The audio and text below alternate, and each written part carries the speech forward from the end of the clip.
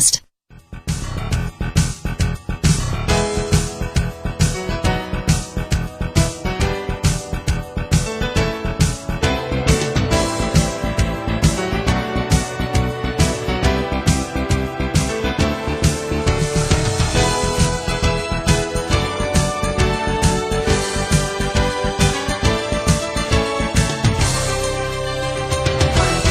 Welcome to Making It Last, where we share ideas to help families tackle major issues. I'm your host, Regina DeMeo, and with me today is Suzanne Nixon, who's a psychologist in Virginia that's been helping families for over 20 years, and she's been doing these inspirational journeys for about 3 to 4 years. Thanks so much for being here, Suzanne. Thank you. Thank you. So last time we talked about kids, and I'm so happy that you came back, and this time I want to focus on adults. Something that I've noticed with my clients is that, especially if they're in litigation, the stress of litigation or the stress of the divorce, it tends to have an impact on them physically. Like, I can understand it has a psychological impact, but somehow there seems to be this connection that their bodies start to shut down. Have you noticed that? Oh, absolutely. Stress is a physical response first, and then it's a psychological response. So as soon as you feel that stress, your body starts kicking into gear, and you have different chemicals and hormones that are being released, and you go into a stress reaction. And for some people, it's going to be a fight, a flight, or a freeze reaction, depending on the person and the situation. And then you can have the psychological component of that as well. Okay. I mean, because some of my clients, they're just normally would not need any medication, but during the litigation they wind up having to get medicine for like antidepressants or anti-anxiety medicine, and these are otherwise people that never had to deal with these issues. But so in the situation, that's right, we call that situational stress. And so when you're in a situation that is very difficult, challenging, unexpected, traumatic, that you will have a physiological and a psychological response. But you can deal with the stress response by learning about it and then developing some skill sets. So some people are going to need medication, some people don't. That was my next question. So you can deal with these things without not everybody, but most. Yes, you can. Okay. You just have to learn skill sets and tools of how to deal with and manage what we call the self. How do I manage my emotional self during these times of challenge or struggle? So what are some of the things that you help people develop in terms of skills? The first one is to be aware of what's going on and what the trigger is. So what is the trigger? And so in your situation, you're talking about people in a divorce situation, and that's a lot of emotions. So that's the trigger. And then notice what happens to the body first. So the body may be affected with the breath. The breath may speed up. The breath may slow down. The breath may absolutely go still and you forget to breathe. So you want to notice the breath first. Okay. And then you want to work on developing a breath that's more about calmness than about anxiety or about shutdown. So that's one thing to do. The second is to be aware of how you want to hold yourself, because our body is just a source of incredible power and wisdom. So you want to become aware of, are my shoulders up because that's tense? Can I sit in a relaxed position? Can I really breathe into my body and feel a sense of calm? So then some of it is self-talk, Okay. So if it's a stressful situation, I may say, I really need to calm myself down right now because I'm really stirred up. So I'm going to help myself calm down. So I'm going to go into my body. I'm going to begin to change my breath. I'm going to be settling into my abdomen, because if we settle into our chest, that creates more anxiety. So you learn skill sets to work with the body-mind, is what we say. Huh. Now, I know some people are going to be jealous that I am admitting this, but I'm going to say it anyway. So one of the first signs I know that I'm anxious is because I actually lose my appetite. I know it's the opposite of what most people struggle with, which is like they start to eat more. But I know that I'm stressed because all of a sudden I lose my appetite, and it's not a good thing. So is that common too, that people, like, their appetite will change? Yeah, both happen. So what I notice is that when it's really extreme stress, you'll lose your appetite because taking food in is almost nauseating. Yeah. And you can't digest it. Right. Because you can't digest the situation that's happening emotionally, psychologically, so then you can't digest the food. I see. When people eat a lot, usually the situation is very anxiety-producing, and they don't want to feel the anxiety, so they eat a lot. I mean, that's what usually is related to overeaters, Right. is that you don't want to feel.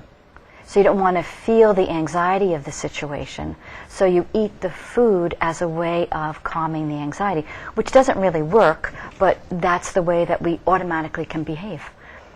Interesting. Okay.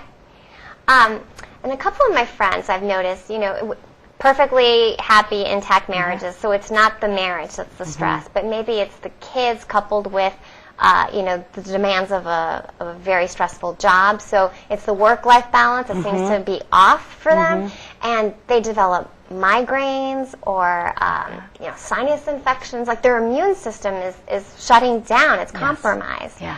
What do you do with, I'm sure you see a lot of women that are struggling with the work-life balance. Oh, all the time. And actually, a friend of mine was talking about the work-life integration, because what we really need to do is integrate our work into our life and come from that perspective.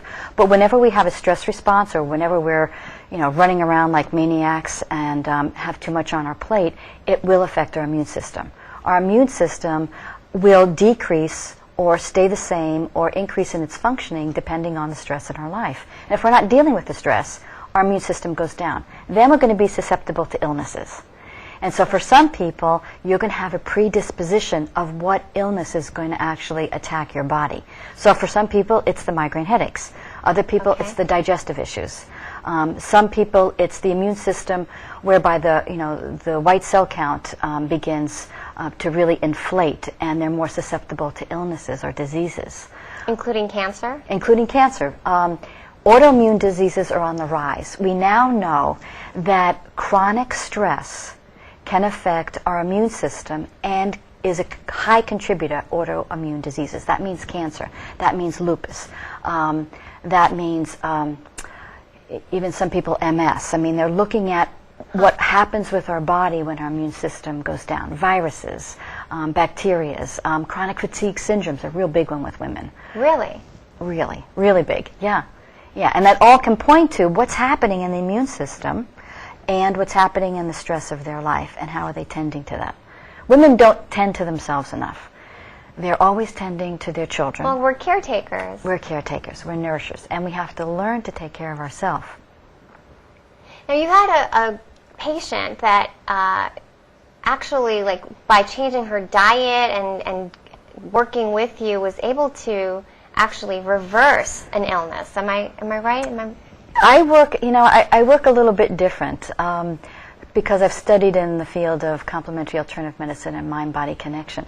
So I do work with people that have chronic illnesses like cancer, or digestive problems or migraine headaches. And I do work with their mind and with their body. And I work with their diet, their exercise, their thinking, because our thinking does shape the way that we present ourselves and move throughout life. There's a lot about brain psychology right now of how our negative thinking can create a negative response in ourselves and in our world, in our life space, as we call it. So I have been able to help people go into remission of cancer, or to work on their autoimmune diseases, or to get rid of their migraine headaches, or be able to get rid of, quote unquote, their digestive problems. Yeah.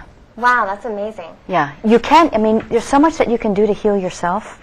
It's just knowing the tools and the skill sets to be able to do that. And we don't learn that in the medical profession. You don't go to your doctor and they're teaching you about stress management, or they're teaching you self-care. Right. Right. Usually it's like, here's some medicine to reduce your stress and have a nice day. Or, you need to go lose weight or reduce your stress, so go do that without a plan. Right. So the Inspirational Journeys that you started, what was the impetus for that? It really comes from two places, well, maybe three places. First of all, I've always loved nature, and I've loved exercising, and I get a lot of energy just being outside with nature and connecting. And then I noticed with clients that some of them didn't have the basic skill sets of how to take care of themselves. They didn't have an awareness of their food and nutrition, or their exercise, how to take care of their emotions, how to begin to think positively. They were just missing a skill set, if you will. Okay. So some of them didn't need therapy, counseling. What they really needed to do was to focus on how to be well, preventive medicine, how to live their life and take care of themselves. So a real big driver was finding out that some people were coming in because of depression, but what they were eating in their diet was feeding the depression, or the fact that they weren't moving or exercises was feeding their depression. Right. So the Inspirational Journeys was really birthed through, if I can take a group of people out to a beautiful place that's very inspirational out in nature and teach them some skill sets by doing, not by saying, okay, this is what you do, by living it. So we actually live in an experiential community where I teach you meditation. We meditate every day. We eat the right foods every day. We exercise in moderation every day. We talk about health and wellness and how we're feeling. We develop a support group. You can talk about the issues that you're struggling with in your life that give you obstacles, hear from other men and women, and then learn from that. Oh, so it's not just women. It's I lead two different kinds. Okay. The ones that are most popular are the ones for women. Okay. Because women love to talk, women love to connect, Right. And women learn from women. Men sometimes are a little bit hesitant to that, but I do it for adults, men and women, and then for women. Oh, wow. And what are some of the locations? Well, I started in Arizona because I think having a beautiful place is really important. So I've chosen Sedona, Arizona. Okay. The Red Rocks, which is a very famous place for having exquisite landscapes as well as energetic feelings, energetic viewpoints of how to get in touch with ourselves. So Arizona's one. Then St. George, Utah, and that's really close to Zion National Park. Okay. And then recently I brought it back home to Virginia because of popular demand, so I do it at the homestead Nice. out in Hotspur, Virginia. But it's always at nice resorts. It's not cabins, it's not bunk beds. We stay at nice, high-quality resort spas with beautiful accommodations and amenities and views. And then there's chefs that prepare meals that are well-balanced and healthy. Yep, Okay. and then we also have special diet programs, so if you need to be gluten-free or you are vegan or you don't eat sugar, that we can adapt. Okay. Yeah.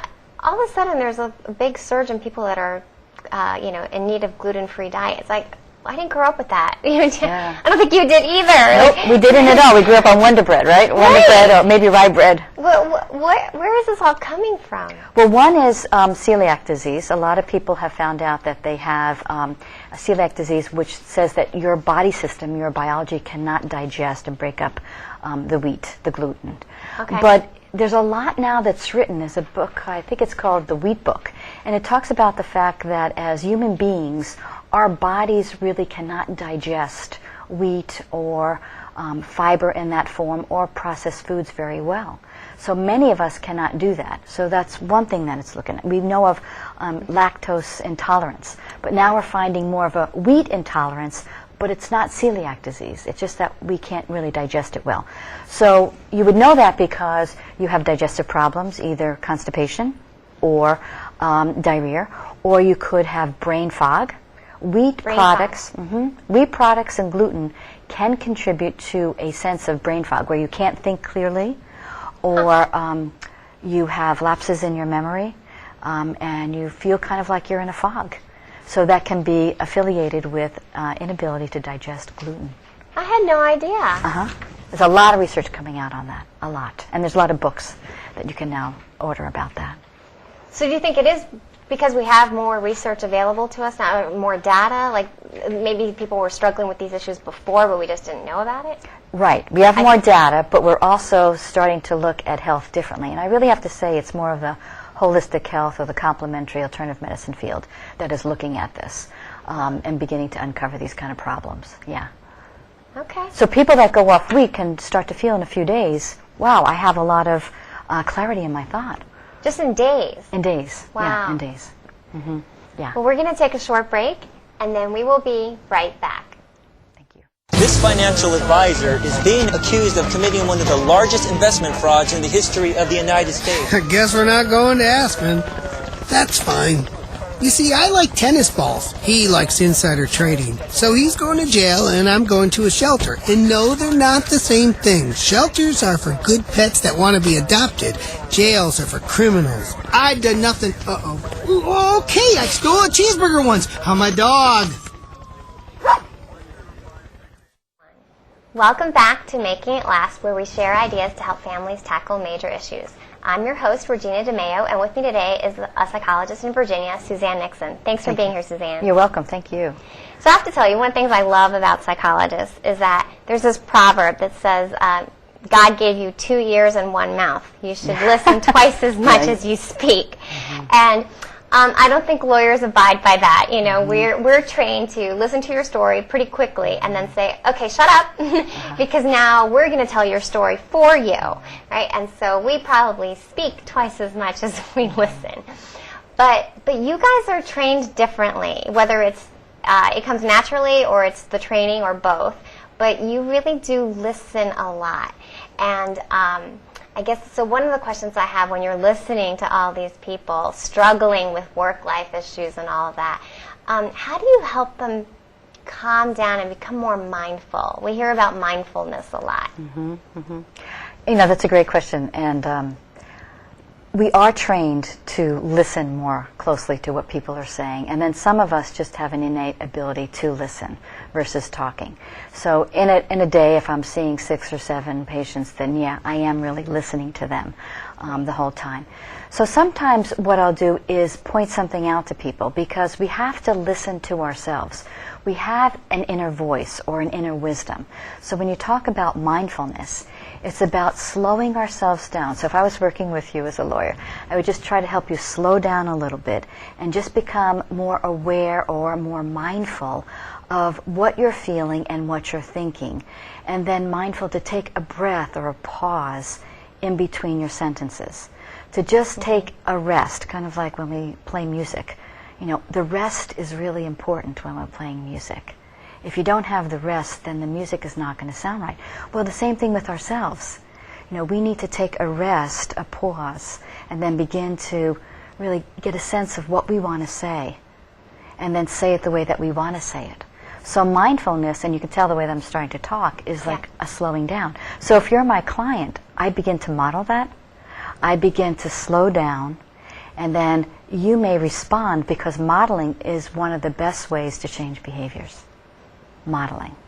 Okay. So you begin to get a resonance or a sense of the vibration between us because of the way that I'm talking. And then you might find yourself beginning to slow down. You see, in our body we have incredible wisdom, but we don't tap into it enough. I don't understand that, and I mean, not to get too religious, but really my belief is that, you know, the body is your vessel and inside is your soul. And when it was originally created, to me, it would make sense that that whole connection would be quite apparent and you know, something that should come innately to all of us. So why is it that so many people just seem to get out of whack and they can't process emotions and they can't listen to their bodies? Really, really big question, and a great question. And instead of using religion, I just use spiritual. Okay. Just to that we are bodies, and our bodies contain an infinite knowledge and wisdom, and we can connect to our bodies, but we've lost how to connect. And centuries ago, you know, Descartes said, "I think, therefore I am." Right. But the new saying is, you know, "I be, I feel, and I think, therefore I am." So the true knowledge or the true intelligence that we have is when we connect the body with the mind. And Candace Pert is a neurobiologist, and she did some great research, and she wrote a book called The Molecules of Emotion. And she began to look at our brain chemistry, our hormonal chemistry, and see that we're actually built to feel into our bodies, and that when we think, we activate a feeling response, and that there's this highway of communication, a network of communication that's happening all the time between the body, the brain, and the body. Right. And that the best, most creative, intuitive, intelligent, inventive people are the ones that are connecting the brain with the body. And so we can access it. We've lost the skill set, you're right, because we've become too technical. We've become too mind. I mean, think of the kids nowadays. You think it's a societal issue? I think it's a societal issue. You know, how many electronic toys does your son have? Yeah, tons. Right. And it's like, oh my God, you know, we moved, and all of a sudden the Wi-Fi wasn't on for a day, and I was like, what are we going to do? Right, right. What's the greatest punishment you can give your kid now? Taking away the electronics, right? So what does that do? Where is your child? Where is he? Is he in his head, or is he really in his body? Right. He's really in his head. And what is he doing? He's thinking.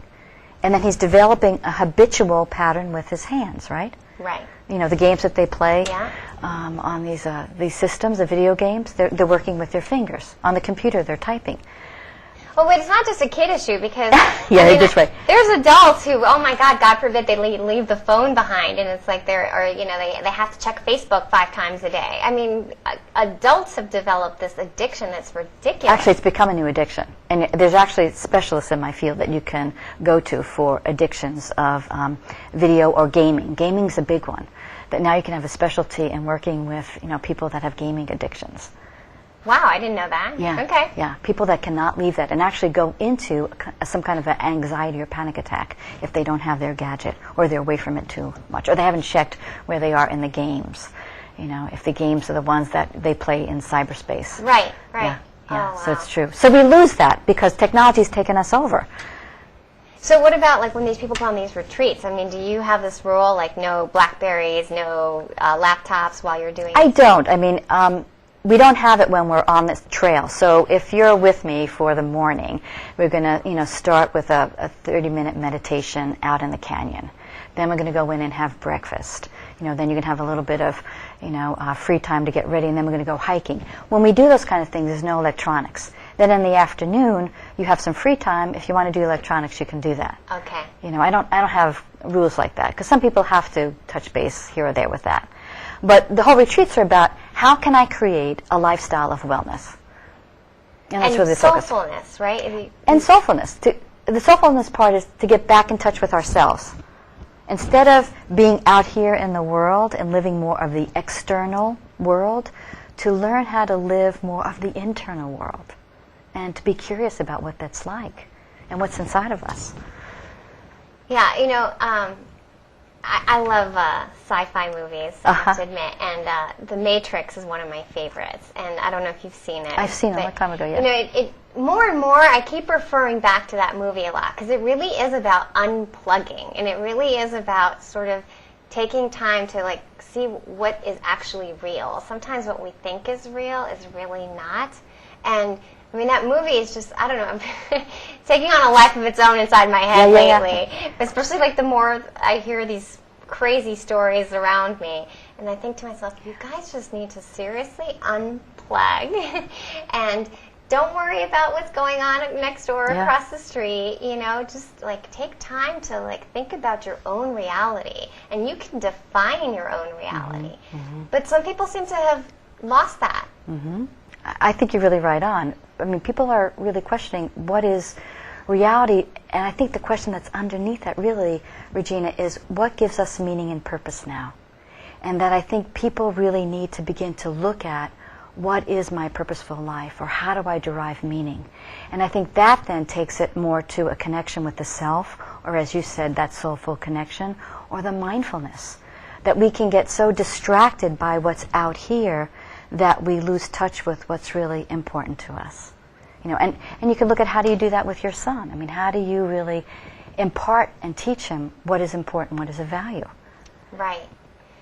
So do you find that, because I think that there are phases we have in life, right? And so in our early 20s, early 30s, we're busy acquiring things. We're acquiring a house. We're acquiring our first car. We're having children. Yeah. It's a very active time, which doesn't give you a lot of time to really reflect and be mindful and think about what your ultimate purpose might be.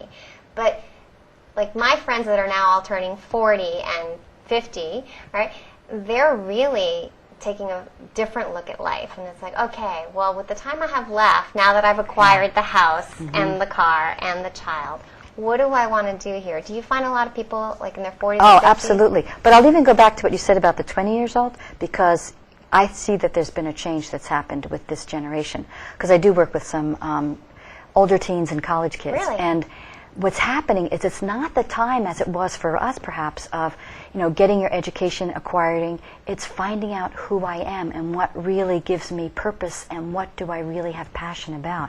A lot of our younger generation don't have passion anymore and don't know what their purpose is. So the 20s are becoming this age of discovery of what really matters, which then is becoming the driver of, well, what do I want to do in my life, and You know, what kind of partner do I want, and what do I want to acquire? So I see that shift.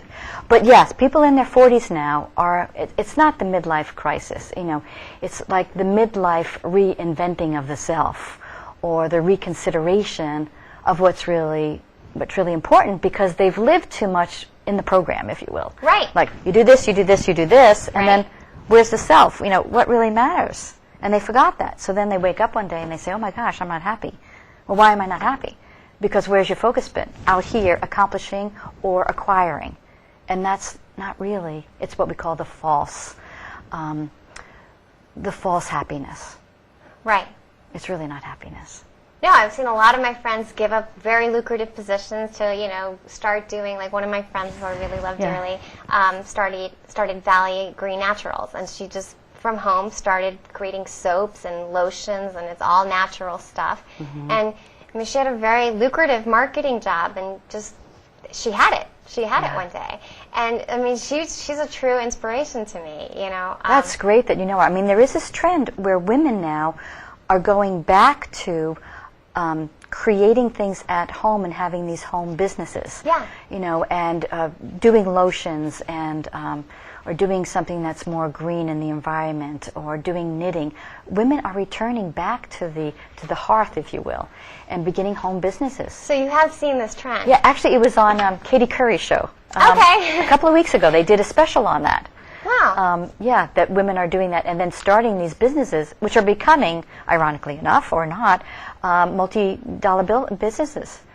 Well, I mean, there is this saying, I think it's find out what you love to do first, and then you figure out how to make money doing it, right? I mean, you've heard that too. Absolutely. I mean, it goes back to the passion.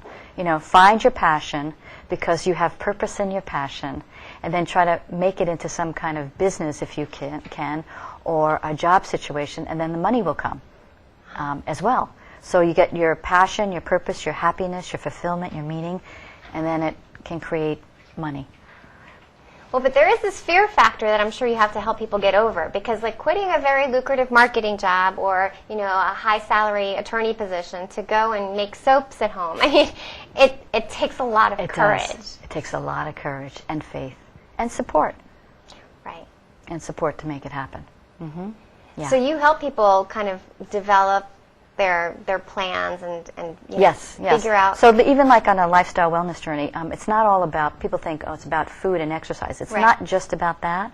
It's about finding out what really matters. Because when you're sitting in Sedona and you're, you know, on a cliff, and we go in one day, we watch the sunrise, and you see these beautiful colors in the sun, and you see them, the illumination on the rocks, you pause for a minute and you say, you know, what's it all about, really? Why can't I live this beauty or this feeling of inner peace at home? Right. Why do I have to go somewhere? Well, it's really inside of us, and we have to learn ways to tap into that. So on a wellness journey, we go into that place, and then people can have eye-opening experiences that do change their lives and choose the direction of their lives in a different way. Well, I'm going to go with you next time. I hope so. Yeah, absolutely. I hope so. I'd love for you to join me. Well, if someone wanted to contact you or find out more, what's the best way to reach you? I have 2 web pages, and the one for Inspirational Journeys is www.inspirationaljourneys.org. Okay. And then the other for my counseling, which is more of a holistic counseling, is www.integrativecounselingandtherapy.com. Perfect. Thank you so much. You're welcome. Thank you. Absolutely. Well, thank you for tuning in, and we'll see you next week on Making It Last.